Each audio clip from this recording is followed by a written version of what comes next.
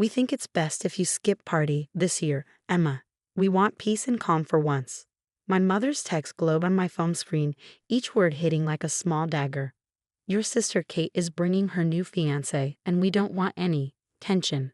I stared at the message, 15 years of party, memories flashing through my mind.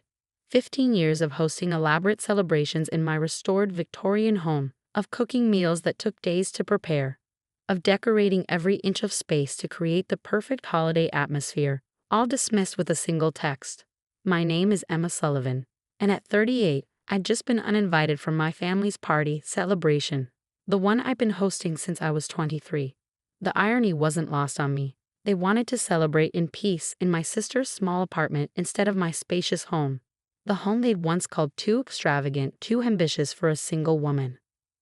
Perfect, I typed back, surprising myself with how steady my fingers felt. Enjoy your holidays. My mother's response was immediate. Don't be difficult, Emma. You know how you can get intense about everything. Kate wants a simple celebration this year. Intense. That's what they called my attention to detail, my desire to make everything special. When I restored this old Victorian house by myself, they called it intense. When I turned my baking hobby into a successful online cooking channel, they called it intense.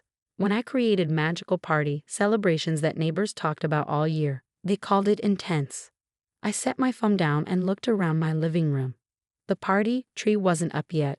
It was only November 30th. But I could already picture where everything would go. The handmade ornaments I collected over the years, the vintage decorations I carefully restored, the special angel that always topped the tree. My phone buzzed again. Emma, you're not upset, are you? We just think it's Kate's turn to host. She's engaged now, and Mark's family is very traditional. Traditional. Like my sister who changed careers every 2 years was traditional. Like my parents who never hosted party, themselves were traditional. I picked up my phone, opened my banking app, and smiled. No worries at all, I replied. I have other plans anyway. And I did. Plans that had been in motion for months, plans that would make this party unforgettable, just not in the way my family expected. The next morning, I made 2 calls. The first was to my friend Olivia, who ran the local children's home. Everything's set, she told me excitedly. The kids can't wait. Are you sure about this, Emma? More sure than I've ever been, I replied, my heart warming at the thought of what was to come. The second call was to my agent. Yes, I had an agent now, another thing my family dismissed as intense. The contract's signed, she confirmed. The Food Network loved your party, special pitch. They'll start filming next week. I hung up and looked at my phone. 3 more texts from my mother, each more probing than the last. What other plans? You always host Christmas. Are you going somewhere? Emma, answer me. I set my phone to silent and pulled out my planning notebook. The one my sister had mocked as obsessive last party when I was organizing the perfect holiday meal. This year, it held different plans, special plans. The doorbell rang, interrupting my thoughts. It was Mrs. Anderson from next door, clutching a tin of cookies.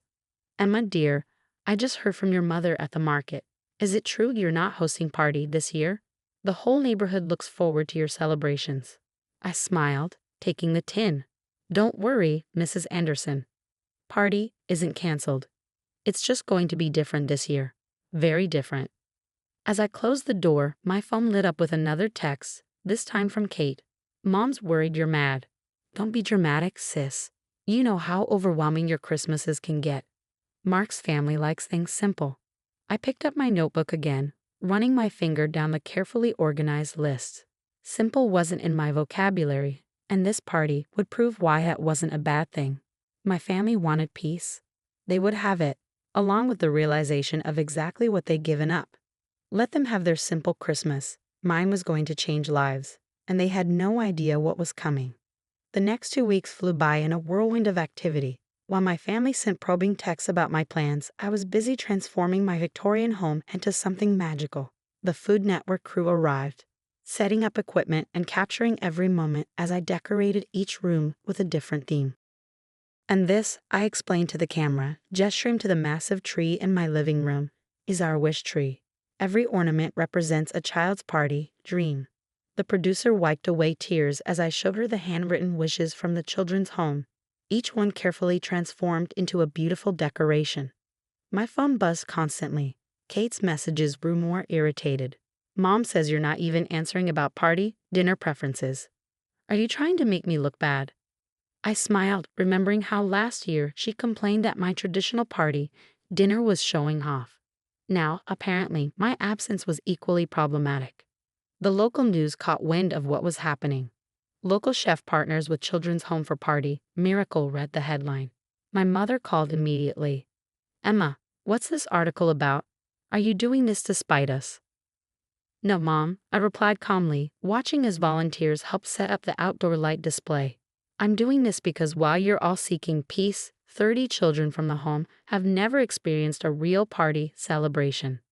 The silence on the other end was telling. But what about family? She finally managed. Exactly, Mom. What about family? My father tried next, his gruff voicemail message almost making me laugh. Princess, your sister's very upset. She thinks you're trying to steal attention from her engagement. Can't you just come to her apartment for a quiet dinner instead of whatever this is? I was reviewing the final plans with Olivia when Kate showed up unannounced. She stood in my foyer, taking in the transformation with wide eyes. What is all this? The house was stunning. Each room told a story. The dining room set for 35 children plus staff. The living room with its massive wish tree. The kitchen preparing for cooking lessons where the kids would learn to make party cookies. This, I said, gesturing around, is what party should be about. Not peace and quiet, but joy and giving. But Kate struggled, watching a crew member adjust lights for the upcoming TV special. Is that a Food Network van outside? It is. Turns out my intense approach to party is exactly what they were looking for. The special airs on Party Eve. Kate's face flushed. So this is about showing us up. Making us look bad for wanting a simple family Christmas. I shook my head, handing her a folder. Inside were photos and stories of each child who would be celebrating here, along with their party wishes. No, Kate. This is about making sure these children have the party they deserve. The kind of magical celebration I used to create for our family, before it became too overwhelming for everyone. She flipped through the pages, her expression softening. Emma, hi. You should go, I said gently. You have your simple party to plan, remember? Mark's traditional family is waiting. After she left, Olivia squeezed my arm. Your sister looks shocked. She's not the only one who'll be surprised, I replied, checking my planning notebook one last time. Everything was falling into place perfectly. That evening, my mother called again. Emma, honey, we've been thinking. Maybe we were hasty about Christmas. Your house has always been perfect for hosting, and sorry, Mom. I cut her off. But everything's arranged now. The children's home is counting on this celebration, and the Food Network has their schedule set. You and Kate enjoy your peaceful Christmas. I'll be creating some magic here. I could almost hear her mental calculations, the lost opportunity to be part of what was becoming the talk of the town, the realization that their simple party wouldn't make the same impact. But we're family, she tried one last time. Yes, I agreed, watching more decorations being carefully placed. We are. And sometimes family needs to learn that peace isn't about excluding people. It's about embracing what makes each person special. As I hung up, another text from Kate popped up. I showed Mark the folder. He wants to know if you need more volunteers for the children's celebration. I smiled, adding his name to my volunteer list. Maybe some traditions were worth keeping after all, just not in the way my family had expected. Party Eve arrived with a blanket of fresh snow, making my Victorian home look like something out of a fairy tale. The Food Network crew was capturing every moment as excited children from the home arrived in small groups, their eyes wide with wonder. Welcome to Party Magic. I greeted each child, my heart warming at their amazed expressions. The house had been transformed beyond even my expectations.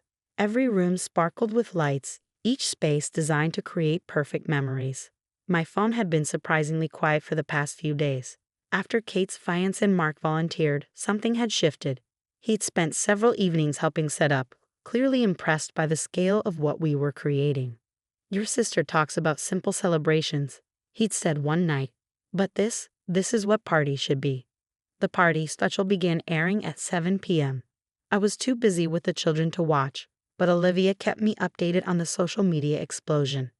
Our small town was trending as viewers across the country shared their emotional responses to seeing the children's wishes come true. At 8 p.m., my doorbell rang. I opened it to find Kate standing there, tears in her eyes. "I just watched the special," she whispered. "Emma, I'm so sorry. We were wrong. All these years we called you intense when you were just magical." Behind her stood my parents, looking both ashamed and awestruck. My mother clutched her handkerchief, while my father couldn't stop staring at the joy-filled scene through my front windows. "The way those children look at you," my mother said softly. "It's the same way you used to look when planning party each year, before we started complaining about it being too much." I stood in my doorway, watching their faces as they took in everything. The children decorating cookies in the kitchen, the singing coming from the living room, the pure happiness that filled every corner of my home. "Peace comes in many forms," I said finally. "Sometimes it's in the quiet, but sometimes it's in the chaos of joy." My father stepped forward, pulling me into a tight hug. "Princess, we forgot what party really means. Can you forgive us?"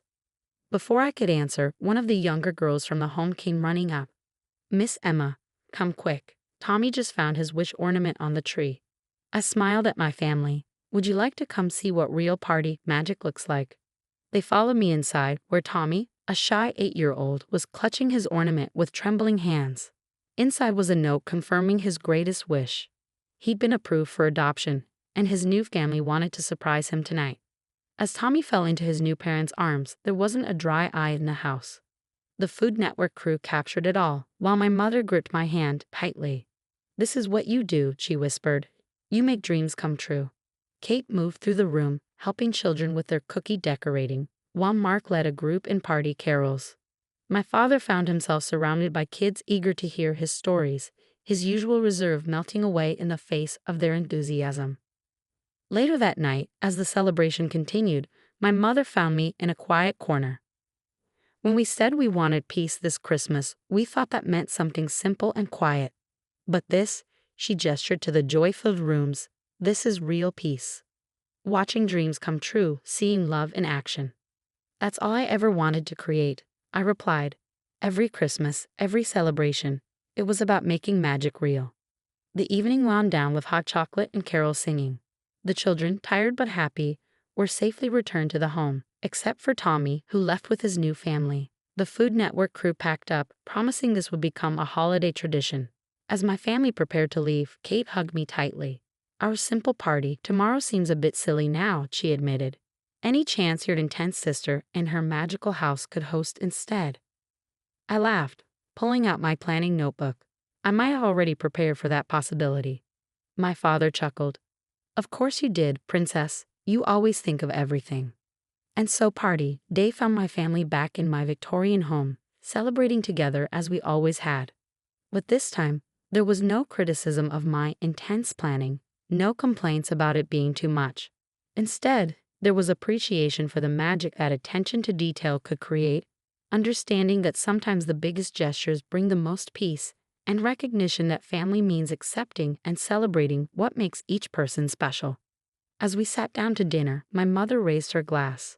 "To Emma," she said, "who taught us that peace isn't found in simplicity, but in the joy of creating magic for others."